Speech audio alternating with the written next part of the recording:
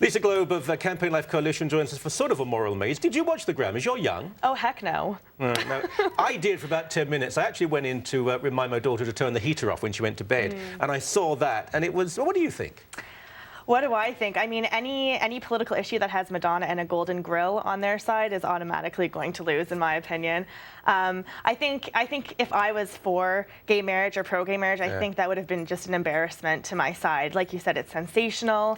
It kind of makes a mockery of the whole debate. You know, you flash to Keith Urban crying, and you know, it's just, I find it quite embarrassing, and also I don't find it a threat whatsoever. Maybe to the MTV generation who can't think for themselves, but to the average person who can, you know, think for themselves and not let Hollywood or not let the Grammys guide them on political issues, I think that it's more embarrassing than anything. I suppose. I'd like to agree with you and think that all sorts of people were equally embarrassed and cringed at it, but I suspect a lot of them...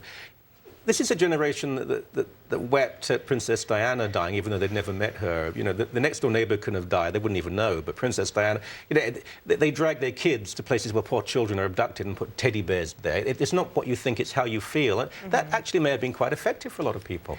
Perhaps. But I guess when you actually look at the song, when you look at the lyrics, when you look at all the ad hominem attacks, you know, towards Christians who believe in this, it's kind of funny that, you know, Macklemore was talking about how, was attacking people who believed in this book written 3,500 years ago, yet in the very next verse he would quote that book for his own agenda, saying, oh, it's all about love and this and that, about, you know, paraphrasing the Bible, all the while saying, why should we listen to the Bible? It was written so long ago.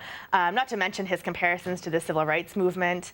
There's so many... What did you think? I mean, I speak as someone who, you know, is obviously black here, but I mean, seriously, this is a guy who has pretty much taken black music. I mean, black music, this has happened to black music for generations now, whether it was rock and roll or R&B or whatever it was, but certainly with rap, and there is a context of suffering and oppression. He makes $20 million out of it. He's not without talent, I have to say, but he pretends. I mean, he's not the real thing, he pretends. And there he is lecturing black people about alleged homophobia in the black community. Look, that there are some issues there, but black leaders know it. They're trying to deal with this. But what gives him the bloody right to stand there in that platform of privilege and tell people who often live in the inner city, you've got to get it right? And right after that, he talks about, you know, look at the YouTube comments, look at the comments on social media. Okay, let's look at those. Let's look at what they nicknamed Santorum, Rick Santorum. Let's look at what happened at the Family Research Council when they stood up for traditional marriage and almost got shot for it. Let's look at it. The people who stand for traditional marriage are more verbally abused than anyone who stands up for anything. So if you want to look at the YouTube comments, it's going against what he's trying to promote.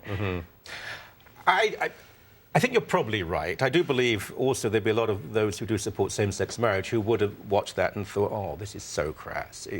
What does it mean to you to make a commitment to your partner, whether you're heterosexual or homosexual, in front of millions of people with Madonna, who looked to be 150 years old? It was really horrible.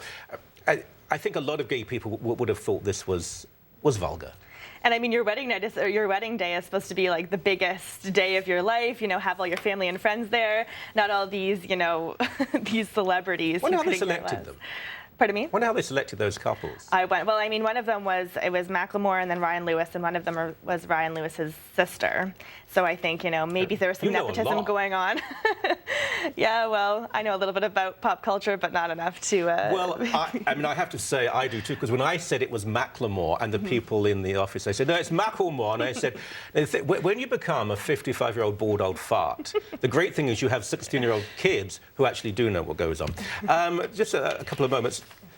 Teen girls pledged support to an abortion organisation in an Ottawa area Catholic high school. When I first read this, I thought, well, what's news there? Is there a pro-life group in a Catholic school? Well, that's fairly newsworthy these days. These girls are supporting abortion?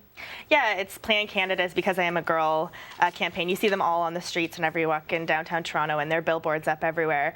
And I've talked to them personally before, and they said that they're against sex-selective abortion, but they're for promoting abortion and contraception towards girls to have, so that they have control over their own bodies. Why do they care what the gender is of the child that is killed? I think that, you know, you can't be a Because I Am a Girl campaign and be for sex-selective abortion. Oh, my gosh. Yeah. But, I mean, it's nothing new there. But the Ottawa Catholic District School Board did recently pass a policy stipulating that donations to organizations must be in tune with Catholic teaching. So this is directly going against Catholic new schools policy. becoming a bit Catholic. Ooh, that's dangerous. Networks covered baby panda 6 times more than the March for Life. Tell me more. I actually just got back from Washington for the March for Life there, which happened last week.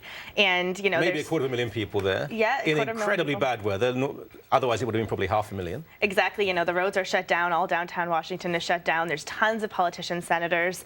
But yet, you know, on ABC's Good Morning America, they covered this baby panda that was born in the National Zoo. And it was actually quite hilarious because some of the hosts on Good Morning America were saying, you know, pandas are just so magic. And then the other one would echo, so magic. And you're watching this thinking you're covering this in that way, and you're completely ignoring this huge, huge rally. Is that pertinent to the pro-life movement, or actually just an indication of how base and banal news coverage has become on some networks? I think the latter. But I think that, you know, we have shown continuously that social media gets issues covered. So I think it's one of those times where you have to use your voice. Okay. Afterwards, you must teach me more about youth culture. And who are the other rap singers I should be listening to? I don't know. I won't listen anyway, so don't even answer that. Cool J, Will Smith, I don't know. Will Smith? Even I know Will Smith. Thank you very much indeed. Thank you, Michael.